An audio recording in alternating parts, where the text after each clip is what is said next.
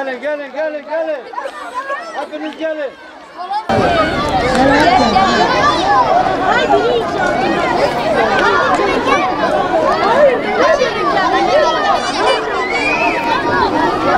Evlerin kullanım şekilleri iyi değil. Benim burama bir tane Rumeli mi yapılmış? Ben her evime geldiğim zaman burayı görmek zorunda değilim. Buranın aidatları kime gidiyor? Burayı kime peşkeş çekiyorlar? Burası gariban yeri olduğu için ve fuhuş yatağı yapmışlar.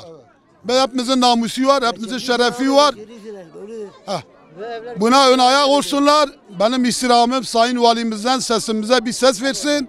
Bunun için gerekli çalışmayı yapsın. Buna bir el koysun. Buna gönüllü olursa emniyetimiz, valimiz, kaymakamımız, belediye başkanımız ve muhtarımız bunu çözeriz. Biz burayı kira veremeyiz çünkü suçtur. Kira veren adamın elinden evi alıp yedek üyeye vermek zorundadır. Bunu onlar söylüyor, ben söylemiyorum.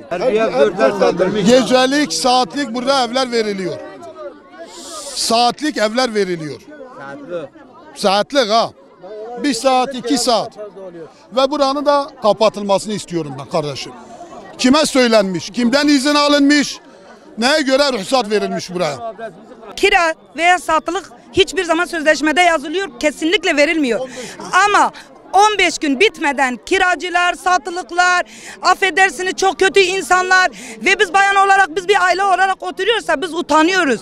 Çocuklarımızı dışarıya bırakamıyoruz, korkuyoruz. Bunun esrarkeşi, bunun eroini, bunun şeyi, çocuklarımız korkuyor. Bu belirsiz insanları kuruyorlar. Valimize sesleniyoruz. Biz bunları istemiyoruz. Gelsin bu pis insanlardan bizi temizlesin.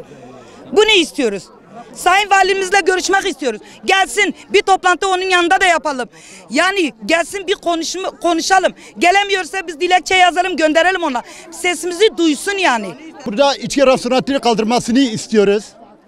Ondan sonra yani buranın fuş, her yerde fuş var. Her şeyde onu dile getiriyorum. Onu düzelmesini istiyorum abi.